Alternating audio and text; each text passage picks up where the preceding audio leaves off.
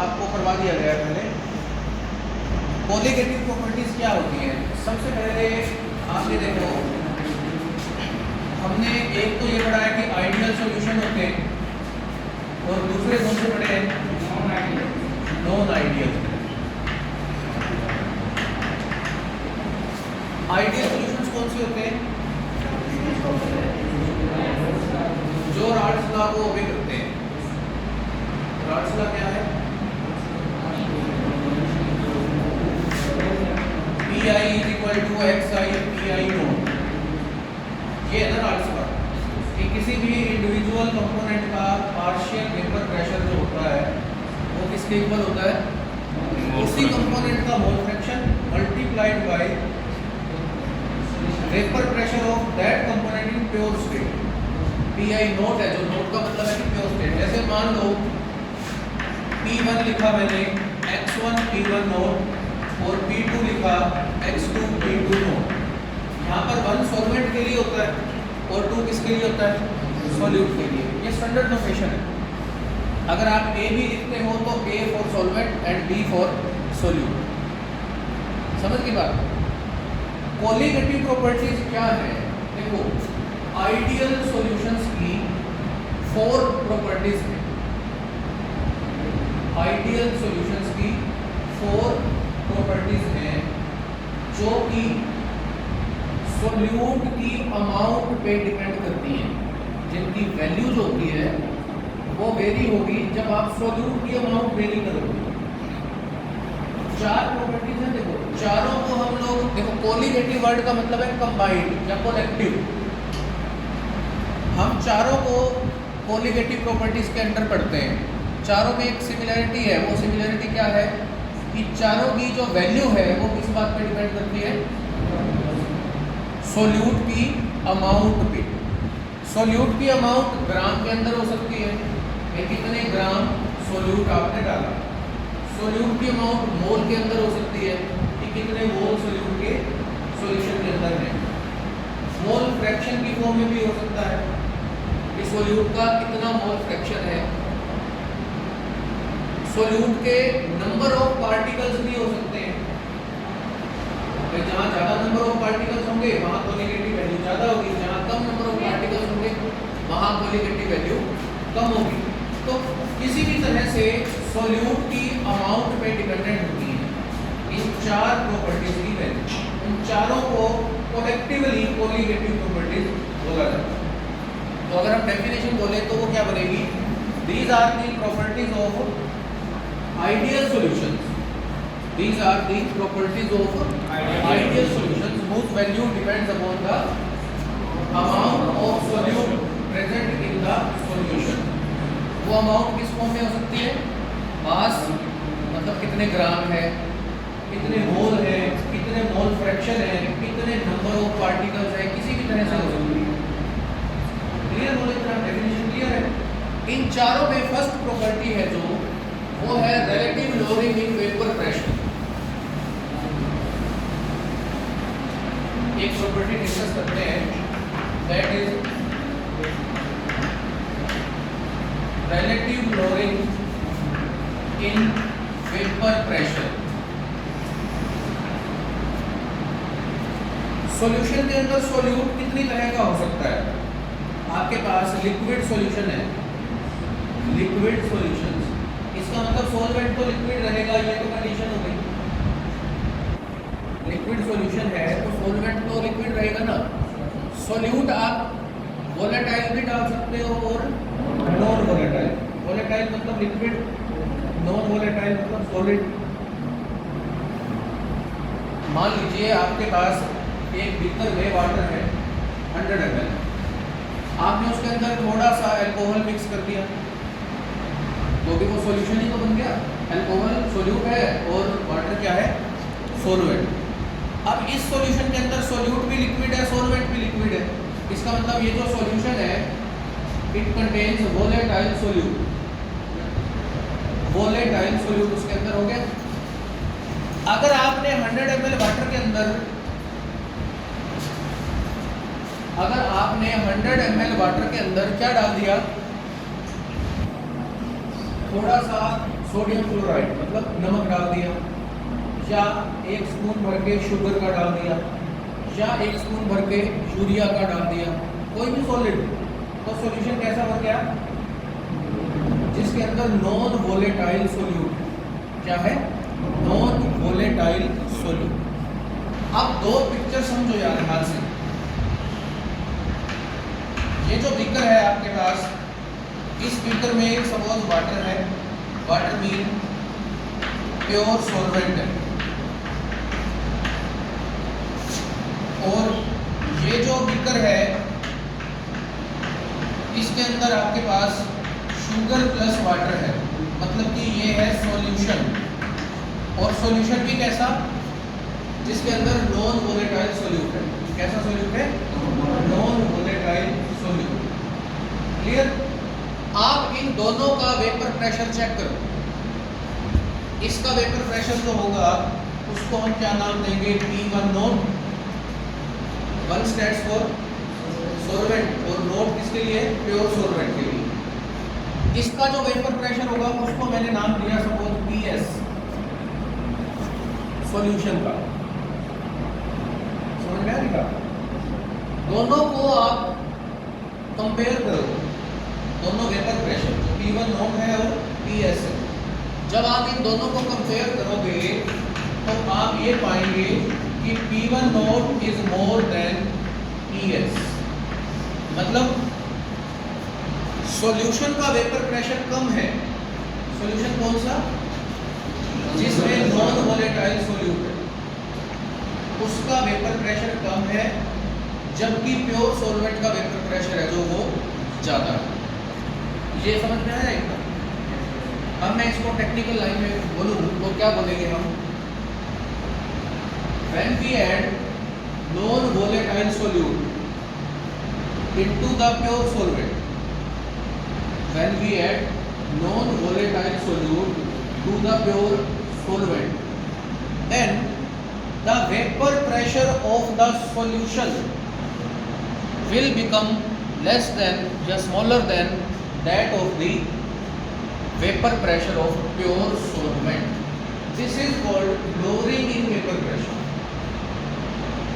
Solution का vapour pressure pure solvent के मुकाबले कम होता है। कौन से सॉल्यूशन का? जिसमें नॉन वोलेटाइल सोल्यूट होगा। ये मैं बार बार रिपीट करूँ। ऐसा क्यों होता है? उसके लिए रीज़न ये देते हैं हम लोग कि जैसे ये सरफेस है, देखो इस सरफेस के ऊपर ये सारे मॉलिक्यूल कौन से हैं? वाटर के ही होंगे। ये मॉलिक्यूल वेपराइज होंगे सरफेस के जो बिना है। जबकि यहाँ पे क्या होगा? यहाँ पे आपने वाटर के अंदर थोड़ा सा शुगर भी ऐड किया है, तो जिन मॉलिक्यूल्स को मैं थोड़ा डार्क कर रहा हूँ, ये सपोज शुगर के मॉलिक्यूल्स हैं। अब शुगर के तो वेपर नहीं बनेंगे, किसके बनेंगे? वाटर के ही तो बनेंगे ना। तो वहाँ पर जो मॉलिक्यूल वेपोराइजेशन के लिए रिस्पॉन्सिबल है वो क्या हो गए? कम हो गए। समझ गए? दूसरी बात, जब हम नॉन वोलेटाइल सोल्यूट डालते हैं तो सॉल्यूशन की डेंसिटी इंक्रीज हो जाती है। डेंसिटी इंक्रीज होगी तो वेपर प्रेशर डिक्रीज होगा। वेपर प्रेशर और डेंसिटी स्क्वायर रूट के अकॉर्डिंग इनवर्सली प्रोपोर्शनल होते हैं। Vapour pressure is inversely proportional to square root of density. अगर डेंसिटी बढ़ेगी तो वेपर प्रेशर अकॉर्डिंगली कम होगा। होगा या नहीं? बोलो, ये जनरल डिस्कशन समझ में आया? अब इसको फिर से समझते हैं। देखो, सॉल्यूशन का जो वेपर प्रेशर है, सॉल्यूशन का जो वेपर प्रेशर है वो किस वजह से होता है? Due to solute and due to solvent. Raoult's law ये सिखाता है। राल्सला ने क्या बताया कि पहले आप इंडिविजुअल कंपोनेंट का वेपर प्रेशर निकाल लो, फिर उन दोनों को ऐड कर दो, वो क्या आ जाएगा? सॉल्यूशन का आ जाएगा। अब यहाँ पर जो सोल्यूट है वो तो है नॉन वोलेटाइल, इसका मतलब सोल्यूट वाला कंट्रीब्यूशन तो जीरो हो गया। तो सॉल्यूशन का जो वेपर प्रेशर है वो किस वजह से है? ओनली ड्यू टू सॉल्वेंट, है कि नहीं? इस सॉल्यूशन को ध्यान से समझो। इसके अंदर हमने शुगर डाली है जो कि नॉन वोलेटाइल है, तो शुगर के वेपर तो नहीं बनेंगे, तो इसका जो वेपर प्रेशर है वो किस वजह से हुआ, इस वजह से तो जीरो हो गया, सारा का सारा वाटर की वजह से ही तो हुआ, ऐसा ही है कि नहीं। तो अब क्या है देखो, vapour pressure of the solution PS ये किसके इक्वल होना चाहिए, x1 P1 note plus x2 P2 note, ये रॉल्स लॉ बोलता है। अब हम ये पढ़ रहे हैं कि इसका तो वेपर प्रेशर है नहीं क्योंकि सोल्यूट क्या है, नॉन वोलेटाइल, तो सॉल्यूशन का जो वेपर प्रेशर है वो यही रह गया, दूसरा फैक्टर तो रहा नहीं ना उसके अंदर। अब आगे इसको आपने सिंप्लीफाई करना है बस, PS upon P1 naught is equal to x1, दोनों तरफ 1 में से इसको माइनस कर लो, 1 minus PS upon P1 naught is equal to 1 minus x1, इसको फर्दर सिंप्लीफाई करेंगे, P1 naught minus PS upon P1 naught is equal to x2।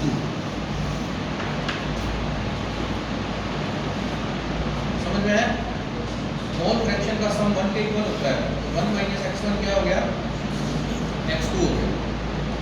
अब यहाँ पे देखो जो ये टर्म है अपर टर्म न्यूमरेटर है, इसको हम क्या बोलते हैं, लोअरिंग इन वेपर प्रेशर, क्या बोलते हैं, lowering in vapour pressure. P1 naught minus PS is equal to lowering in vapour pressure, और जो कंप्लीट टर्म है P1 naught minus PS upon P1 naught, इसी को बोलते हैं relative lowering in vapour pressure. तो ये जो relative lowering in vapour pressure है ये किसके इक्वल आ गया, मोल फ्रैक्शन ऑफ सॉल्यूट के। तो यहाँ से ये कंक्लूड हो गया कि ये कोलिगेटिव प्रॉपर्टी भी है, क्योंकि कोलिगेटिव प्रॉपर्टी हम उसी को बोलते हैं जिसकी वैल्यू सॉल्यूट की अमाउंट के ऊपर डिपेंड कर रही हो, चाहे वो अमाउंट ग्राम में हो, चाहे वो अमाउंट मोल में हो, चाहे मोल फ्रैक्शन में हो, चाहे नंबर ऑफ पार्टिकल्स की फॉर्म में हो। तो यहाँ पर ये x2 क्या है, mole fraction of solute. Mole fraction किससे आएगा, मोल से, मोल किससे आएगा, मास से, तो अल्टीमेटली किस पे डिपेंड कर रहा है, amount of solute in general. तो ये क्या है, कोलिगेटिव प्रॉपर्टी है कि नहीं। अब इसको फिर से सिंप्लीफाई कर लो, P1 naught minus PS upon P1 note, x2 क्या होगा, N2 upon N1 plus N2, बोलो। P1 नोट माइनस PS है जो, ये N2 upon N1 plus N2 के इक्वल होगा बाय डेफिनेशन। मोल फ्रैक्शन की ये डेफिनेशन होती है। अब यहाँ पर हम एक रिस्ट्रिक्शन लगाते हैं कि जो आइडियल सॉल्यूशंस होते हैं दे आर एक्सट्रीमली डाइल्यूट। आपको आइडियल और आइडियल जब पढ़ाए होंगे तो उसमें ये बताया होगा कि आइडियल सॉल्यूशन देखा जाए तो कोई नहीं होता। जैसे आइडियल गैसेस के बारे में हम कहते हैं कि no gas is perfectly ideal, ऐसे कोई भी सॉल्यूशन परफेक्टली आइडियल नहीं होता। Only dilute solution, even very dilute solution behave nearly ideal.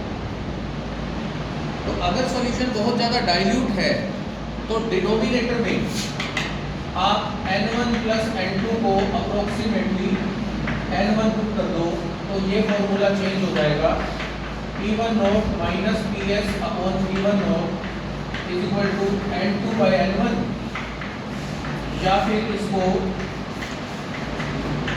N2 को लिख लो W2 बाई M2 और N1 को लिख लो W1 by M1।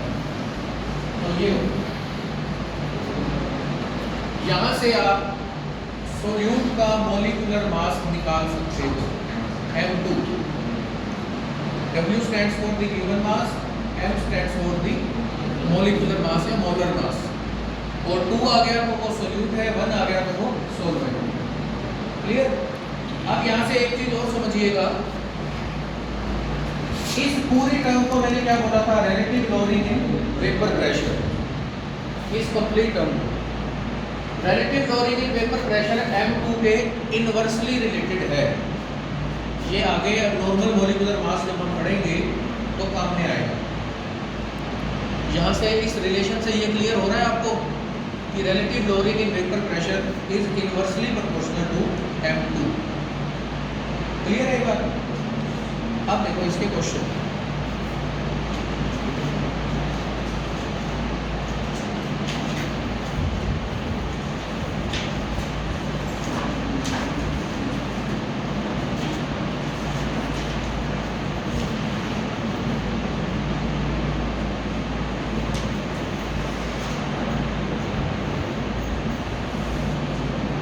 Vapor pressure of pure water at 25 degree Celsius इज 73 mm of mercury। जो चीजें गिवन है वो लिखते हैं।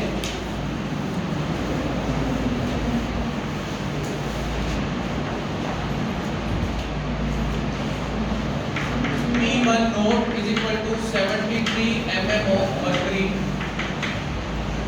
ये 25 डिग्री सेल्सियस पे गिवन है। If 10 gram of non-volatile compound is dissolved per 200 gram of water, water की जो अमाउंट है वो 200 ग्राम है और सोल्यूट की जो अमाउंट है वो 10 ग्राम है।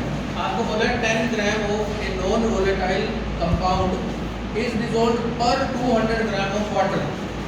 The vapour pressure is reduced to 70 millimetre of mercury. तो जो वेपर प्रेशर है वो 73 से रिड्यूस होकर के 70 हो जाता है। Calculate the molecular mass of the compound. अब जो फॉर्मूला ये लास्ट में लिखा हुआ है इसके अंदर देखो आपको क्या कुछ चाहिए और क्या कुछ दे रखा है। P1 नोट गिवन है। ये वाला फॉर्मूला अगर मैं अप्लाई करूं तो P1 नोट क्या है 73, PS क्या है 70 divided by again 73 is equal to W2 क्या होता है W2 सोल्यूट की अमाउंट। तो सोल्यूट की अमाउंट कितनी दे रखी है 10 ग्राम अपॉन m2। ये आपको निकालना है। m1 कितना होगा m1 वाटर गिवन है तो इसका मॉलिक्यूलर मास कितना होता है 18 होगा ना। तो ये हो गया 18 और कितने ग्राम वाटर में डिसॉल्व किया 200। इसको सारे को सोल्व कर लो तो यहाँ से m2 आ जाएगा। बिल्कुल सीधे क्वेश्चन है।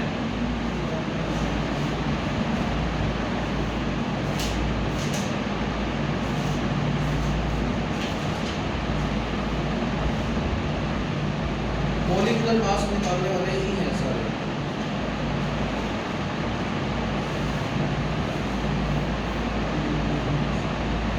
एक क्वेश्चन और है 5 gram of a substance with molar mass 200 gram per mole have been dissolved in 50 gram of solvent with molecular mass 60।